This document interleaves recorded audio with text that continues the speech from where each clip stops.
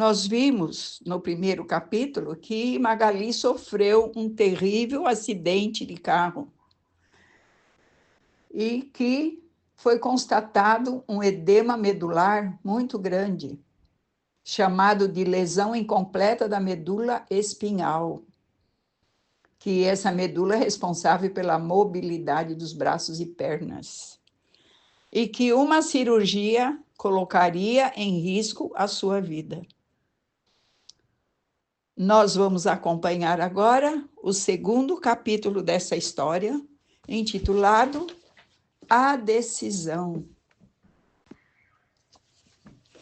Encontrava-se diante do médico para decidir sobre intervenção cirúrgica com pouquíssimas possibilidades de êxito, onde exporia a própria vida. O diagnóstico era de escorregamento de 3 vértebras na cervical e uma compressão medular espinhal muito grave.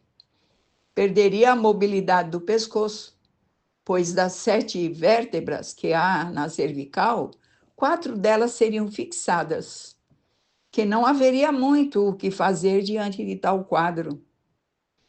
Magali pensou na filha. Desejaria ardentemente poder abraçar novamente. E na sua situação de imobilidade total e as dores insuportáveis em cima de uma cama, calou-se pensativa. Pediu orientação espiritual. Então, sentiu que as palavras vinham em sua boca, sem que ela pudesse controlar, e respondeu ao médico: se Deus quisesse que eu morresse, já o teria feito naquele acidente. Acima do entendimento intelectual dos médicos está a vontade de Deus. E ele me diz que chegou a hora em que devo enfrentar com coragem. Quero que o Senhor me opere, mesmo que houver somente 1% de chance de vida.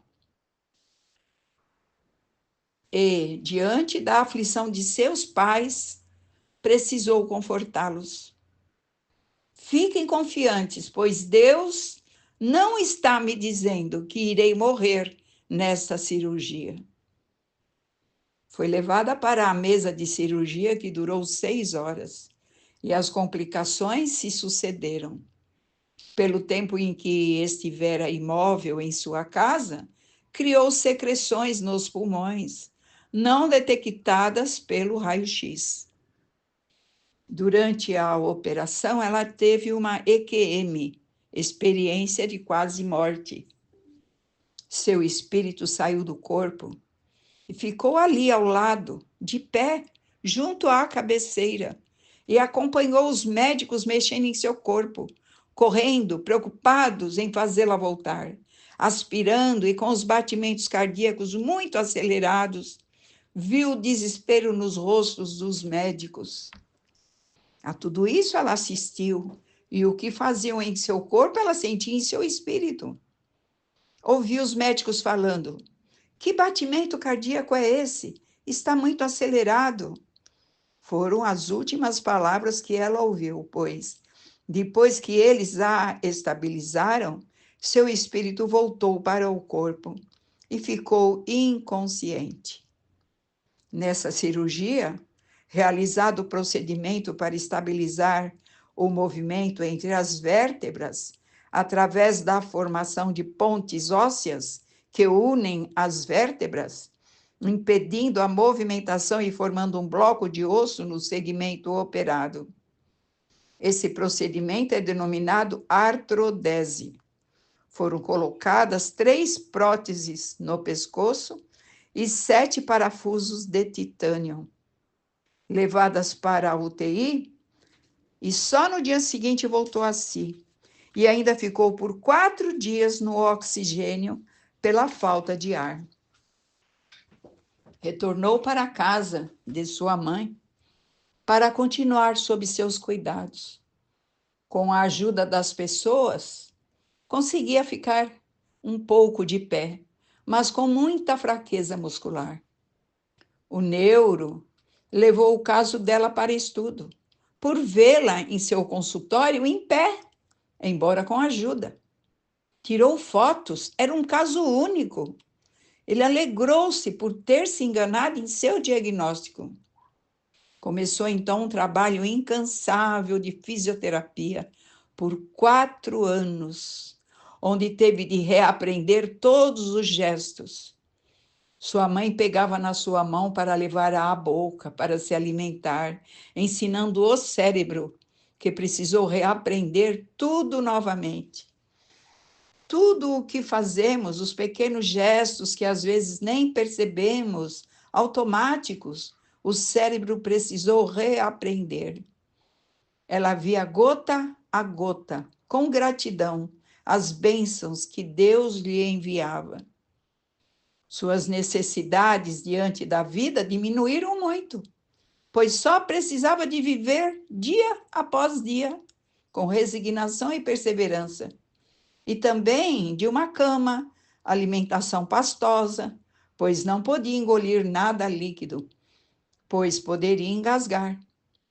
Sua mãe a banhava, penteava e fazia com que ela repetisse os movimentos para aprender. Foram mais de 4 anos de fisioterapia pesada e também de hidroterapia. Procurava dar forças aos seus pais para suportarem o sofrimento. Após 4 anos, ainda com muita fraqueza muscular, pois a cada passo que dava era tremendamente exaustivo, mas veio a recompensa, quando finalmente pôde dar o primeiro abraço em sua filha. Aprendeu que não deveria ter ansiedade pelo futuro, mas viver o aqui e agora, a ter paciência com o tempo de Deus. Descobriu sua coragem diante dos embates.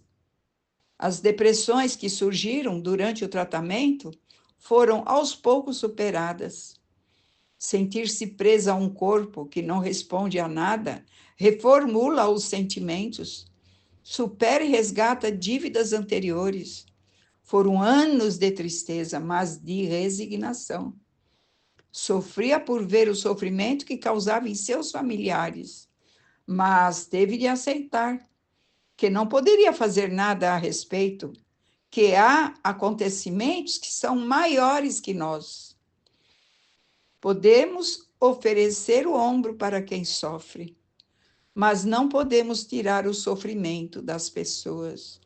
E isso ela aprendeu consigo mesma, através das pessoas que desejavam ajudá-la a libertar-se dos sofrimentos. Tudo isso a transformou inteiramente, dando lugar a um ser humano mais completo e sensível.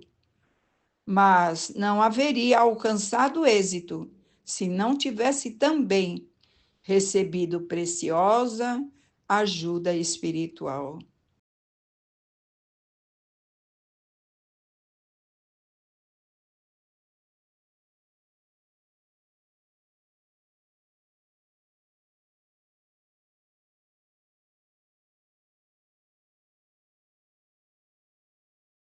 Acompanhe agora, amigos, no capítulo 3 e final, Magali e a ajuda espiritual.